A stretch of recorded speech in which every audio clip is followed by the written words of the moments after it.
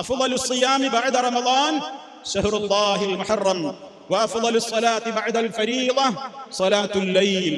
റമളാനിലെ വ്രതാനുഷ്ഠാനം കഴിച്ചാൽ ഏറ്റവും ശ്രേഷ്ഠകരമായ നോമ്പ് മുഹറമിലെ അള്ളാഹുവിന്റെ മാസമായ മുഹറമിലെ നോമ്പാകുന്നു.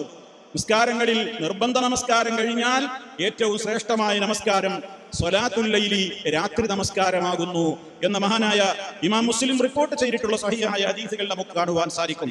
അപ്പൊ ഇവിടെ നമുക്കൊരു സംശയമുണ്ടാകും, മുഹറത്തിൽ നോമ്പെടുക്കേണ്ടതിന്റെ സ്ഥിതി എന്താണ് അതുമായി ബന്ധപ്പെട്ട കാര്യം എന്ന് നമ്മൾ അറിയേണ്ടതുണ്ട്. ഒരു മാസവും അള്ളാഹുവിന്റെ റസൂൽ പരിപൂർണമായി നോമ്പെടുത്തിട്ടില്ല റമദാൻ അല്ലാതെ. എന്നാൽ മുഹറമിലോ ചില ആളുകൾക്ക് ഒരു ധാരണയുണ്ട്, 1 മുതൽ 10 വരെ പ്രത്യേകം നോമ്പെടുക്കൽ സുന്നത്തുണ്ട് എന്ന്. അങ്ങനെ ഒരു പ്രത്യേക സുന്നത്തില്ല.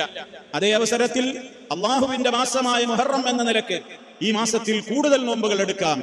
അത് 1 മുതൽ 10 എന്ന കണക്കില്ല. ഈ മാസം അവസാനിക്കുന്നതിന്റെ ഇടയ്ക്ക് ഇതിൽ വരുന്ന തിങ്കളുകൾ മറ്റു മാസങ്ങളെക്കാൾ പ്രാധാന്യമുണ്ട്. ഇതിൽ വരുന്ന വ്യാഴാഴ്ച നോമ്പുകൾ മറ്റു മാസങ്ങളെക്കാൾ പ്രത്യേകതയുണ്ട്. ഇതിൽ വരുന്ന 13, 14, 15 ദിവസത്തെ നോമ്പുകൾ മറ്റു മാസങ്ങളെക്കാൾ പ്രത്യേകതയുണ്ട്. അതേപോലെ തന്നെ മുഹറം 9 താസുആ പ്രത്യേകം സുന്നത്തുള്ള നോമ്പിന്റെ ദിവസമാണ്.